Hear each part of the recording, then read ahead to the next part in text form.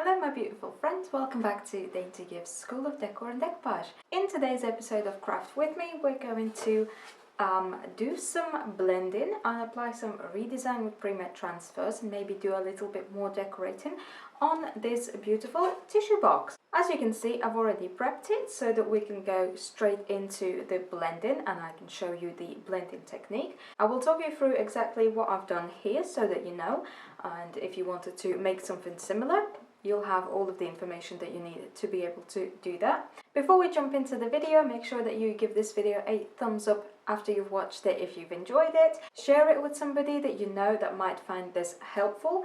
And of course, consider subscribing if you like what I do and you would like to see more. And make sure to ring that bell so that you don't miss any of the future uploads. With that being said, let's get into the video.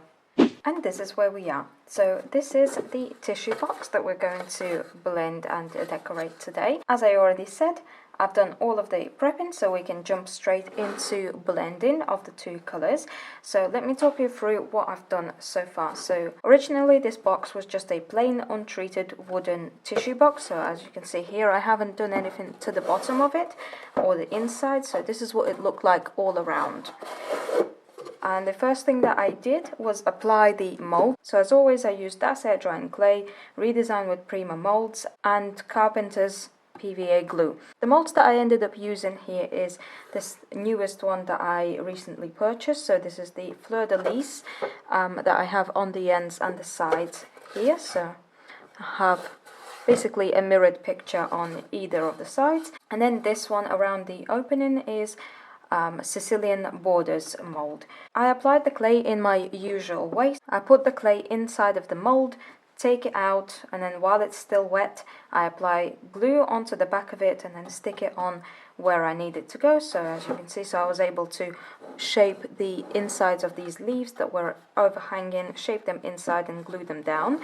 If you're completely new to this, you've never seen any of my other videos or anything like that, you've never seen me apply clay before, then if you go to my channel, pretty much all of my videos, and I show the exact way that I do it, especially if you go to my channel and look for one of the latest videos where I decoupage the jar, I actually talk through the whole application process of molds. So if you're completely new to this, then go ahead and watch that video. Once the clay was dry, I took my paint mix. So this is the paint mix that I had left over from my decoupaged books video, one of my most recent episodes of Craft With Me as well, where I decoupaged two books, one pink and one blue one.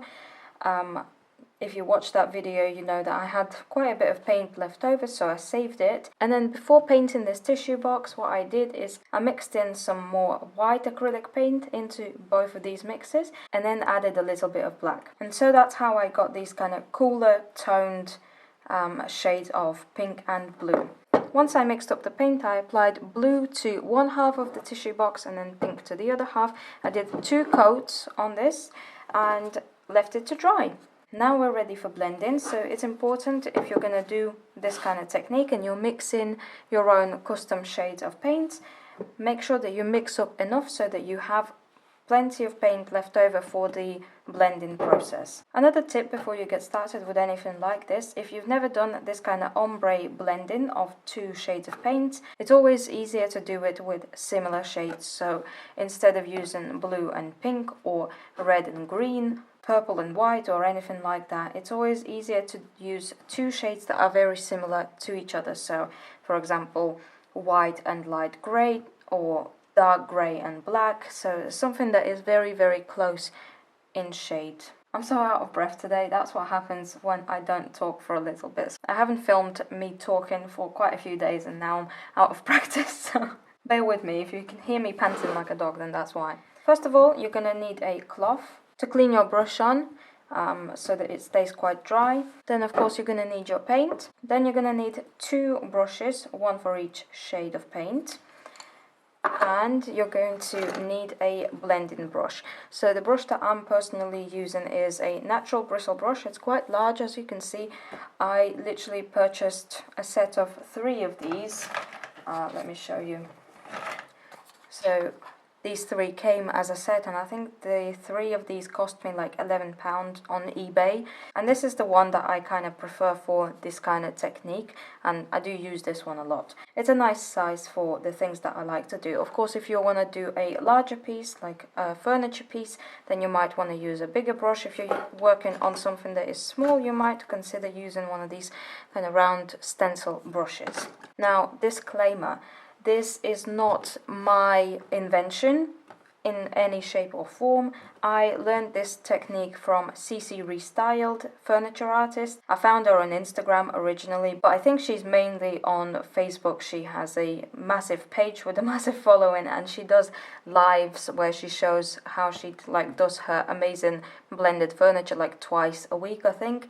And she also has a YouTube channel where she uploaded a video where she showed how she does her blending on like a slab of wood, and that's where I learned this technique from. Okay, let's get started with the blending. I'm gonna take this bottom slidey bit out so that I can hold it a little bit easier. So you're gonna want to work quite quickly, because in order for this to work you need the paint to be quite wet. So it's also handy to have some water on hand so you can dip your brush if you need to loosen up the paint. So at this point, what you're going to want to do once your two coats of paint are dry is you're going to want to quickly apply some of your first shade to one side, just like this. Take your second brush and then apply your second colour onto the other side, and at this point you're going to take your blending brush and you're going to go like this, side to side and up and down, side to side and up and down.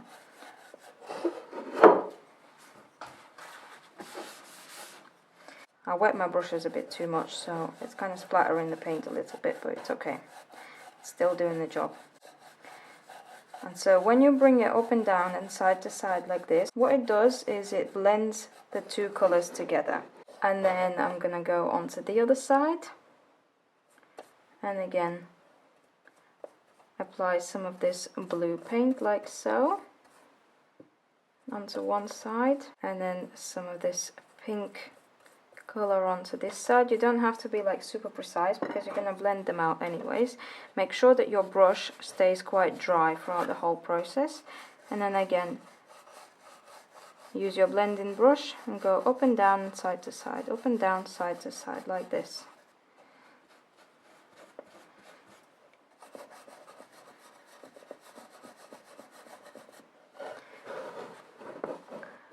And as you can see straight away, obviously you can see where the paint is wet, so that's going to change colour as it dries.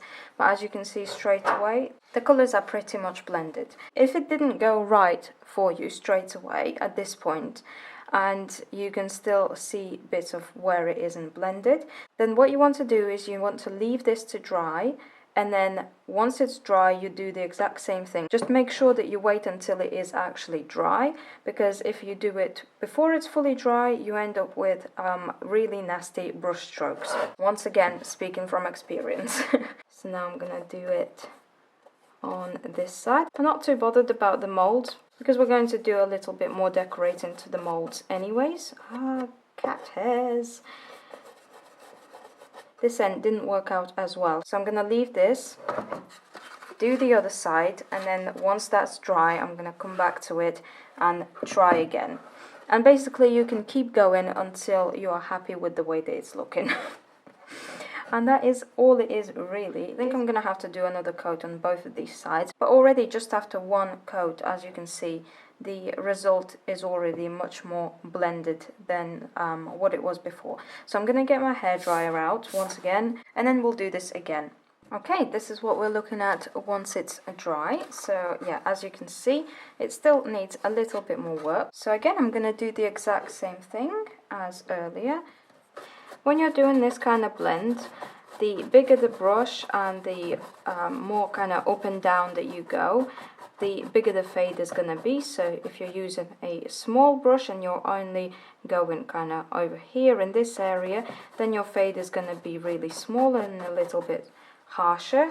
And if you want it to be like a very, very gradual blend. Then you want to stretch out your area that you actually blend.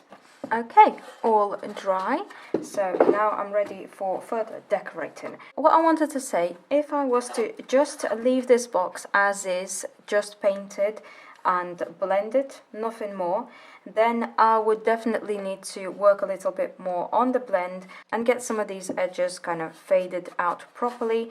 But since I do want to add some more stencil in, and we're going to put Prima transfers over it and stuff, most of this will get covered up and you're going to have other things to look at. So instead we're going to move on to much more fun things now. So I've picked out some stencils that I might want to use. I don't know if we'll use all of them or not, but I have this diamond pattern. As you guys know, I love this diamond pattern. I have these two stencils. These are by Sue Baker, both of which I found at my local charity shop for 69p each. And I was very chuffed with them because I'm pretty sure they are brand new stencils. If you do follow me on Instagram or Facebook, then you probably have already seen these. And if you don't follow me on Instagram or Facebook, then why? Please do. I need friends. I post a lot of sneak peeks and inspiration and other stuff on there, so follow me. And then I have this script stencil. This is from Little Birdie Crafts. As you can see, it's been used a lot and hasn't been washed very well. And then I also have this stencil, and I thought this also looks quite nice, but I'll sit it to the side anyways. And then what I'm going to use to actually add the stencils is what I'm going to use to add the stencils is this metallic wax by Finnabar in vintage gold. Let's not think about it too much and just get started. So I'm gonna pick up a stencil, stick it on. I don't know why, but it feels right to apply a bit of diamond pattern onto like one of the edges. So I've got a stencil brush, so just a natural bristle brush, and I pick up a little bit of wax and I kind of go ahead and smudge it on like so through the stencil. I don't want this pattern to be like super crisp and like in your face. I want it to be kind of faded, kind of like so. Hopefully you can see it. And then maybe add some script over here in this corner. So again, I'm gonna hold down the stencil. So as you can see, I'm not thinking about it too much. I just grab and apply. Get a thought into your head and then run with it and see where it takes you. So a little bit like that. It is, I have a few chunks here, so I'm just gonna gently swipe them away. I'm gonna add a little bit more script, so like that. So this is where we are at the moment. And then I'll do this little scratchy bit here on the corner.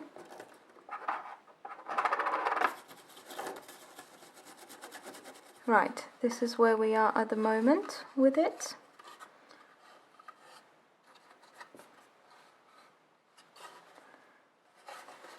Now we're going to add a couple of transfers. So this is what they come in. And they came in these two rolls. I've already used these quite a bit. This is a redesign with Prima transfer, and they are quite pricey. Hence I only have this one transfer, and I've only used it on a few pieces of furniture. So I've used it on a mirror and I've used it on my bedside table. Alright, let's have a look. Definitely want to do something with this one. Apply it somehow like that. And I definitely want to use this B. And let's start with this one and then we'll see where we go from there.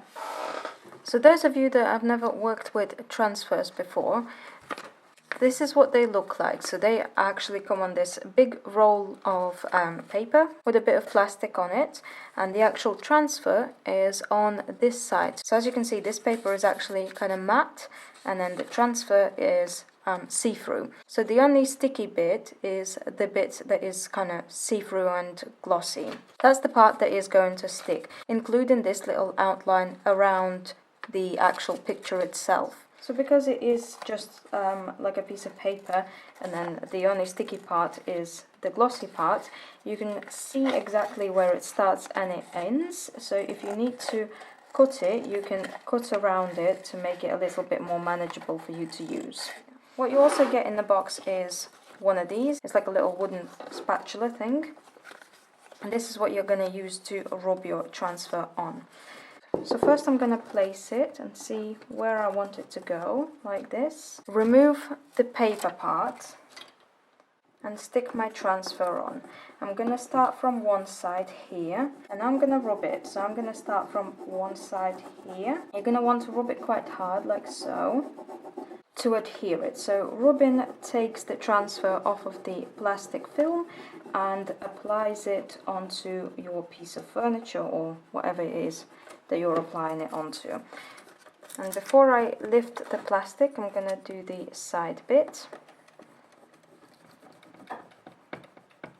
The hardest parts to go around are the parts where the molds are,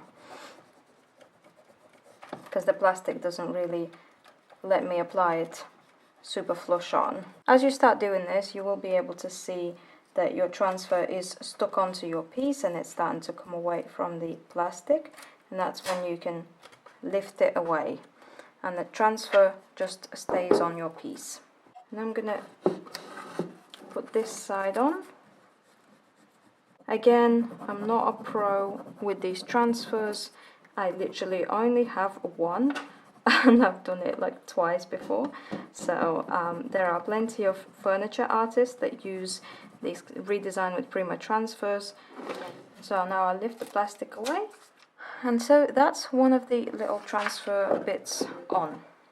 So now I just need to figure out where I'm going to put. More of these transfers and repeat the process again and again.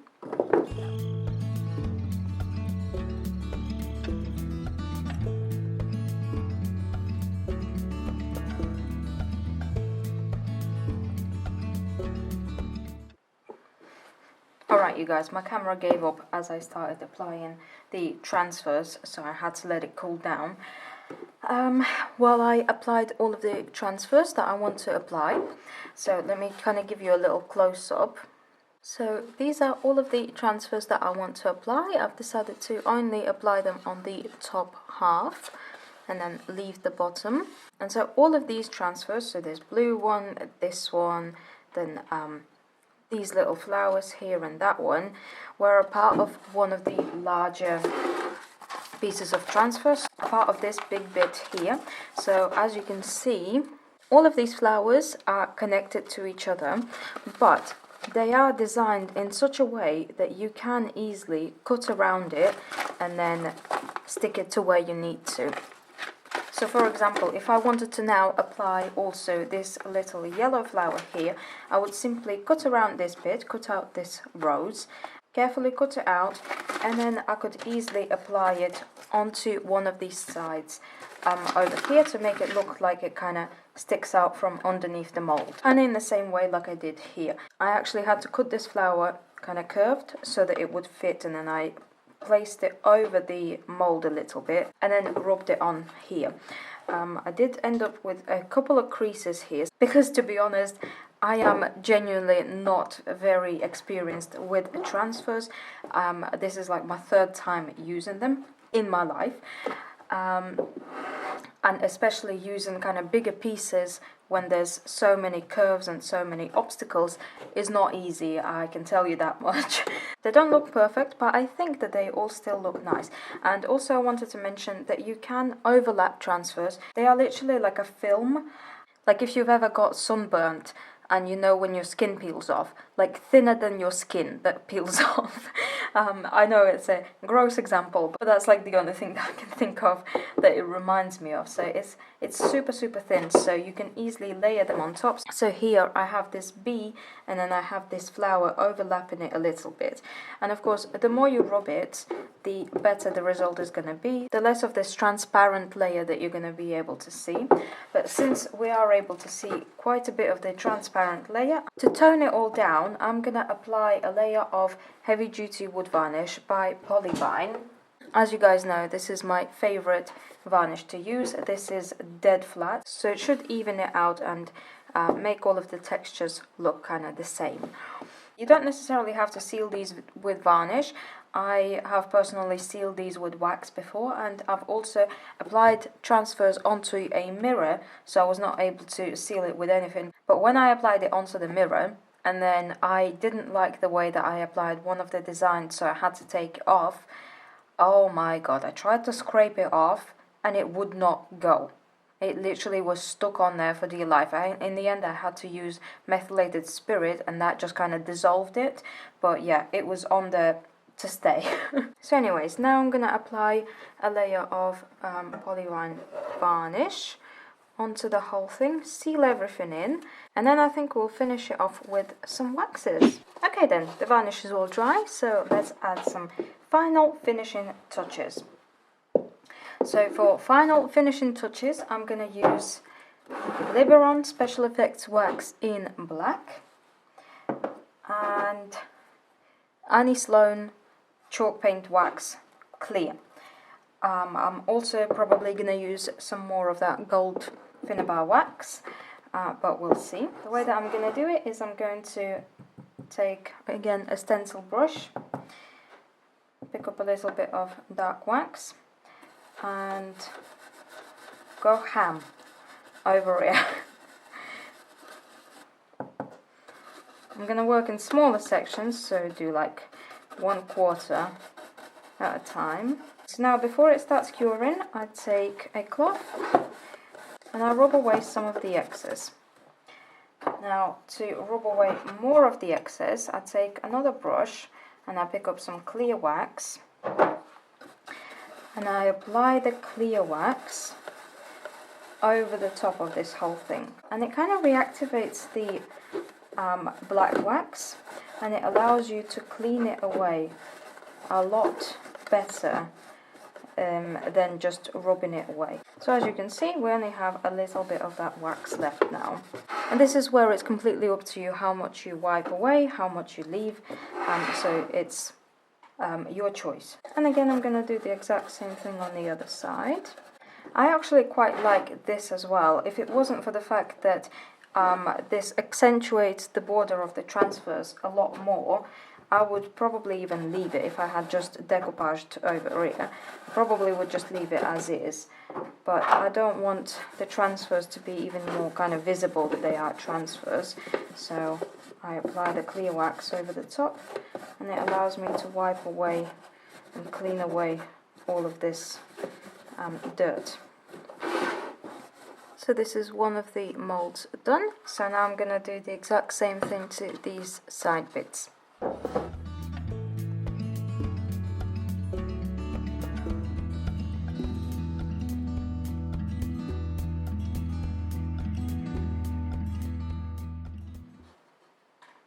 Okay, once again, I've gone around all of the molds. This is what we're looking at the moment. And now I'm going to take another one of these cloths, and as you have probably already seen me do many times, wrap it around my finger, pick up a little bit of wax, and then kind of smudge it onto the edges of my box. Once again, if you find that you apply too much of it, you can always just use clear wax to clean off the any of the excess. So all of these waxes are self-sealing, so once you've applied it, you don't need to seal it with anything. Right, so this is where we are. This is what we're looking at the moment, and then, like I said, I'm just going to grab some of this vintage gold wax from Finnabar, pick it up with my finger, and then apply some of this gold over the molds.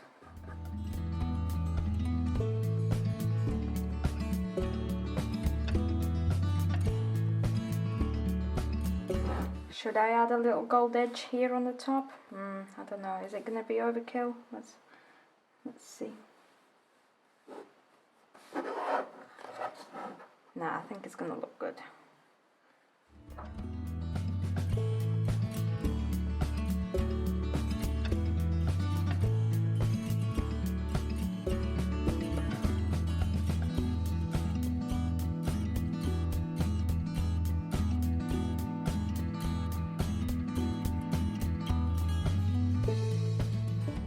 And here we are, the finished product. Once again, please excuse the red face. I've been sitting here under these lights for 2 hours, and for some reason my body thinks that giving me a red face is the best response to concentration. Anyways, that's enough about me. Let's have a look at the box. Look at this gorgeous, gorgeous tissue box cover. And ta-da! Here is the top. And I absolutely love the way that it turned out. Look at it. It's so vintagey and contemporary and very much CC Restyled inspired, I guess, because she's the one that I've learned all of this from, and a lot of these kind of furniture artists that use redesign transfers and stuff. Let me know what you think to this tissue box cover. Do you think we made the right decision by going with transfers? Would you ever consider using transfers, or do you currently use transfers in your work, whether it be furniture or smaller pieces? Let me know. But yeah, let me know your thoughts on this box. Once again, if you enjoyed this video, make sure to give it a thumbs up, share it with somebody that you think might find this helpful. Subscribe to my channel, click the notification button to see more from me. If you would like to connect with me on any of the social media and stuff, then there's going to be links in the description below as well.